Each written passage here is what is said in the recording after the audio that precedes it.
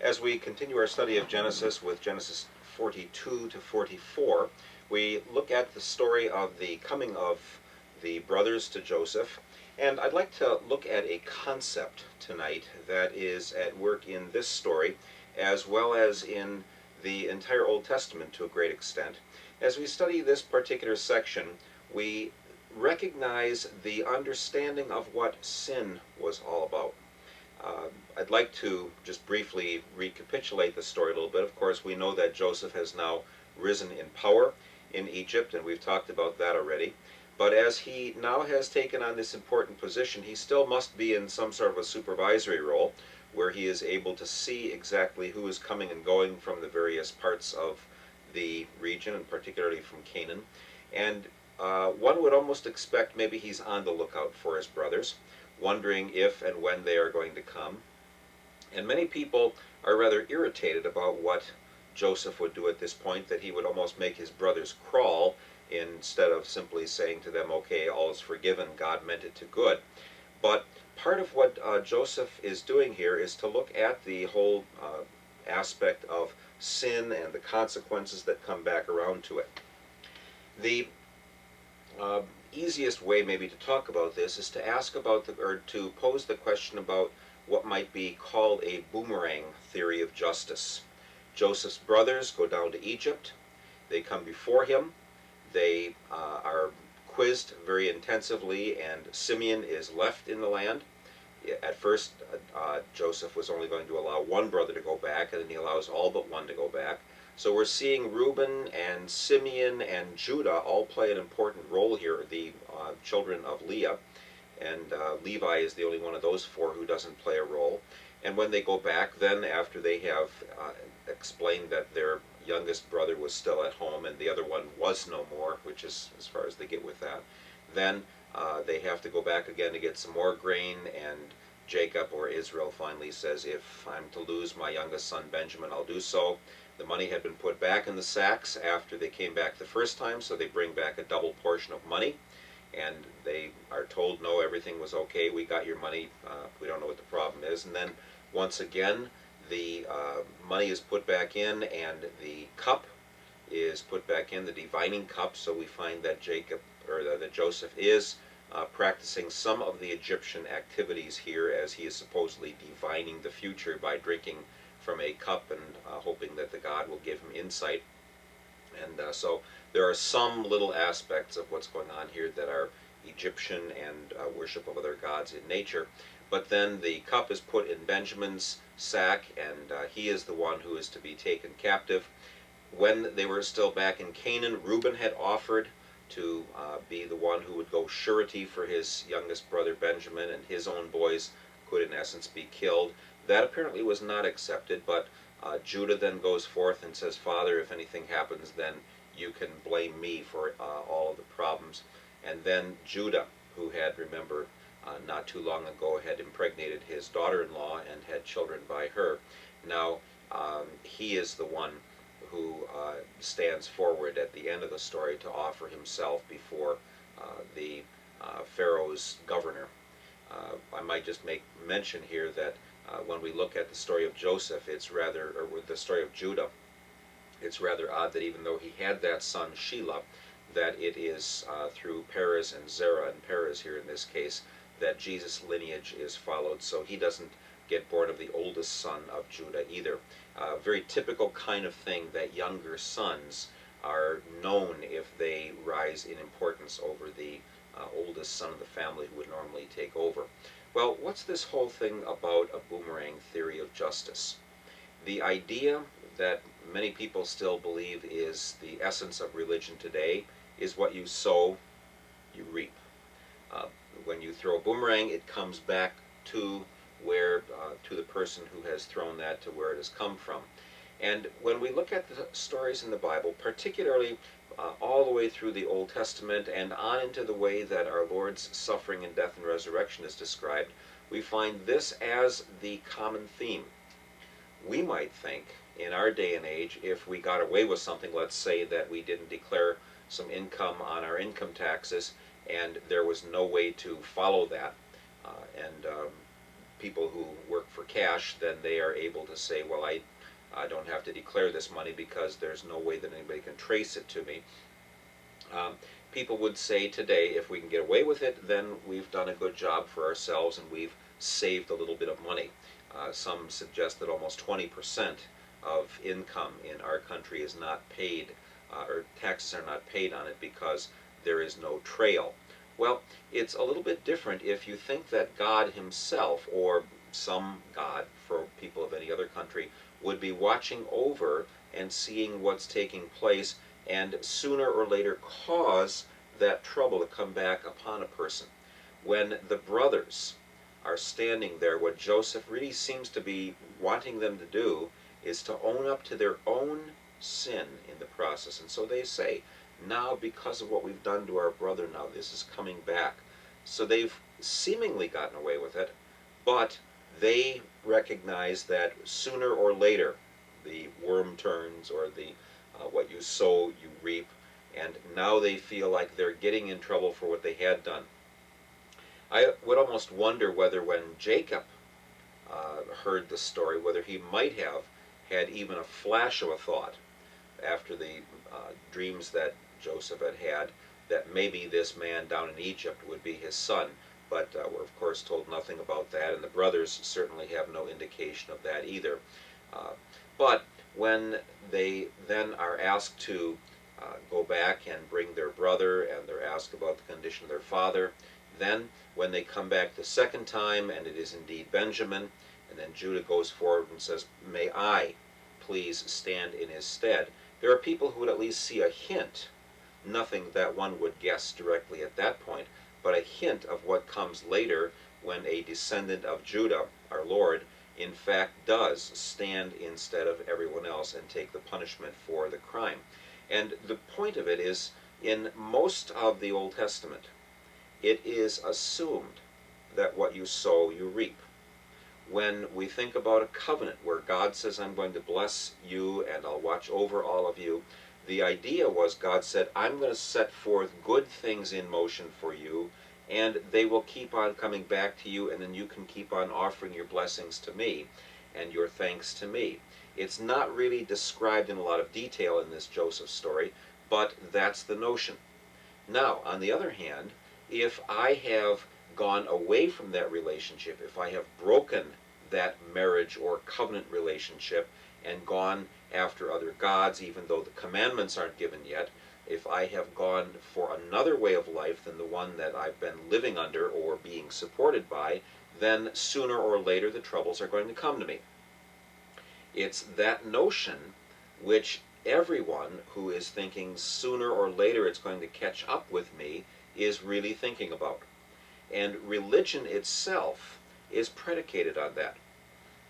Many times people will say, well, God was nice to the people and loved them and cared for them like Abraham, and then he gave them rules or guidelines or ordinances that they were to follow if they were going to stay in the relationship. And that really kind of distorts the whole story.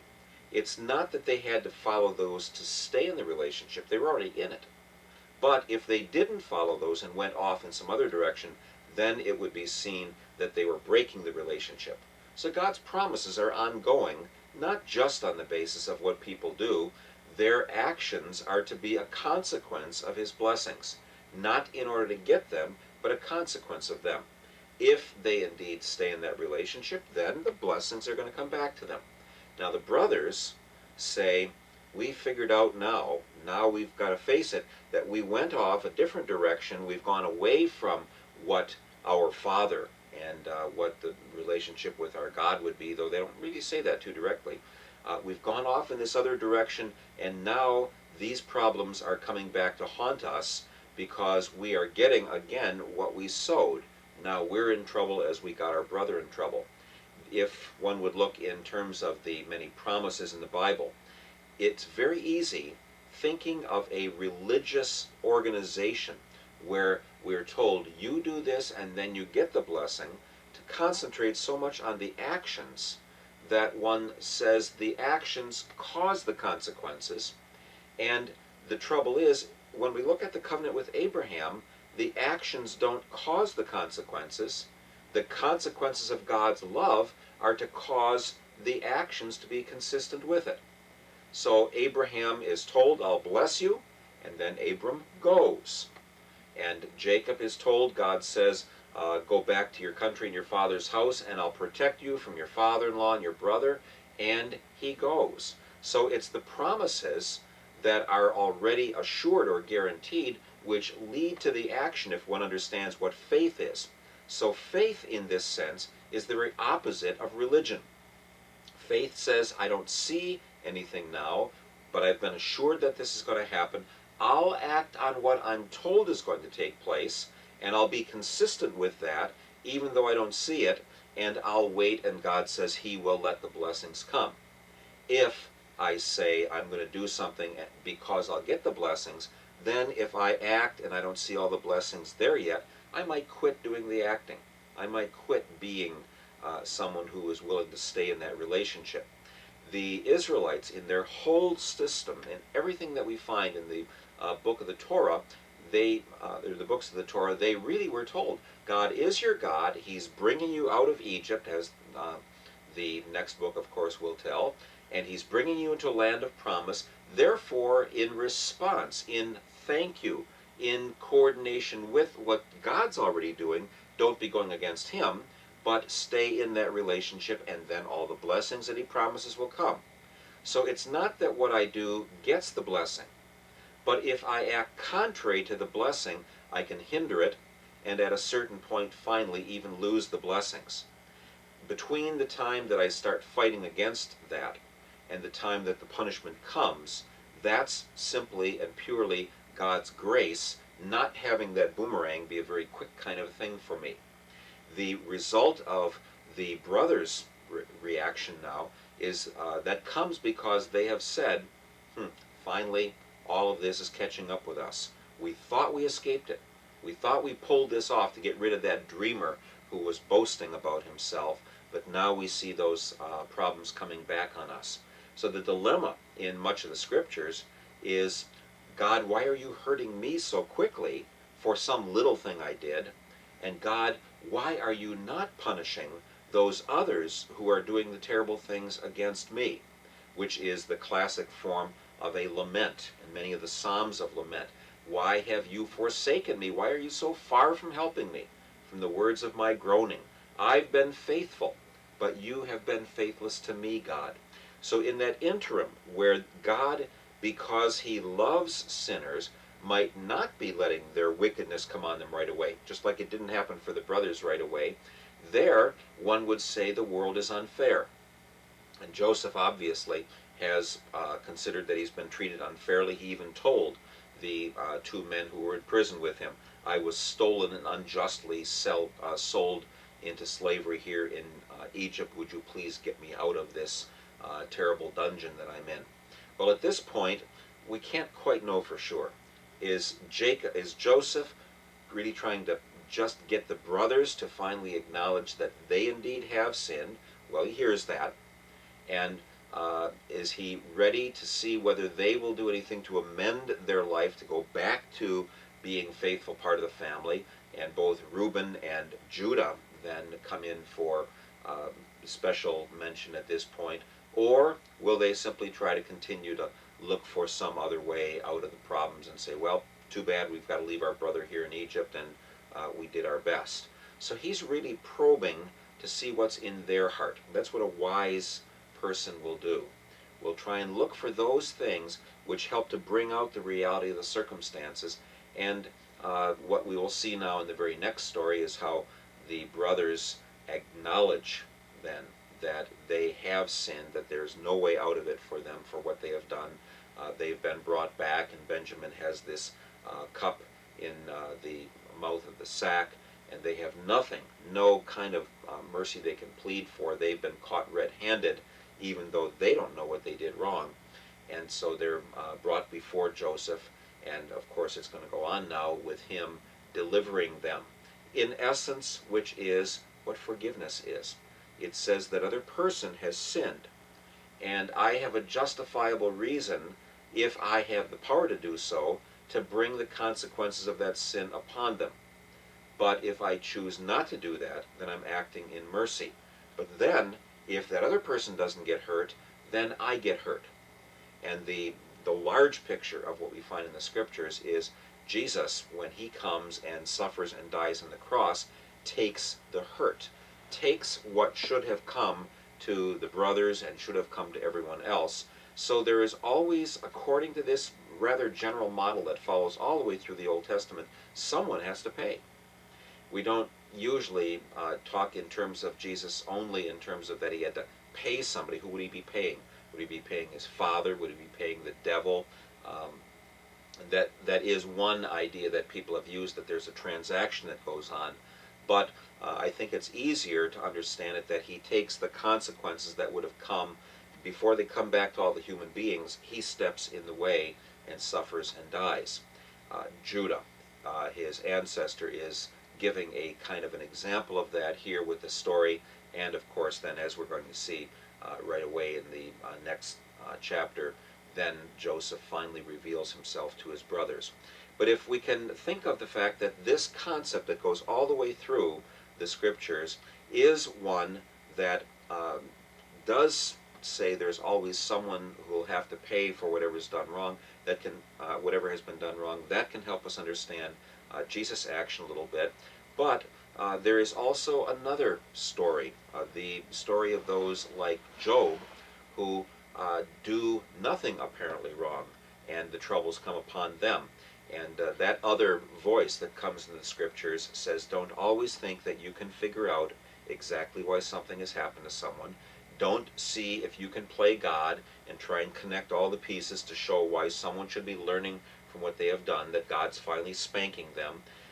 That would deny, if God is a punisher today, that would deny that Jesus' death and resurrection is the full and complete solution to the problem of our sin.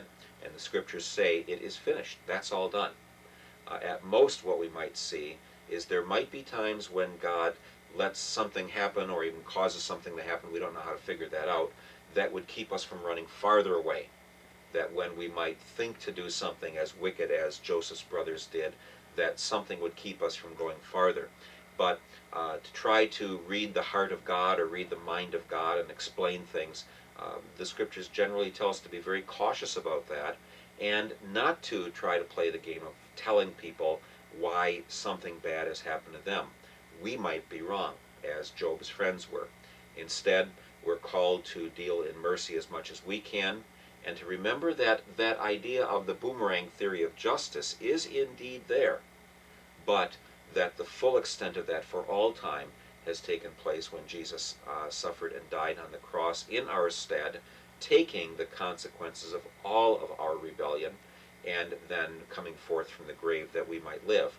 The point of it is we are then to be as honest as we can be about what really is in our heart, as Joseph's brothers are at this point when they recognize that finally they don't get away with anything, but then to plead for God in his mercy not only to forgive, but to deliver us from the power of those kinds of ideas and thoughts and words and deeds, so that we are not trying to go that different direction any longer.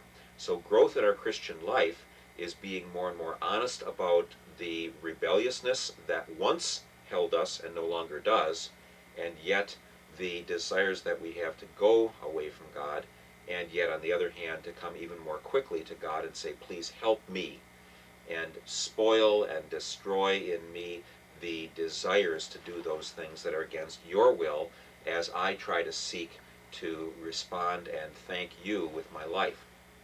That also means, as we read the scriptures, that we are to listen very carefully to what we are encouraged to do as Christians. The loving, the forgiving, the caring for others, the seeing other people as human beings, and to look very carefully at the way our Lord lived his life, so that we can detect what power he has put inside of us.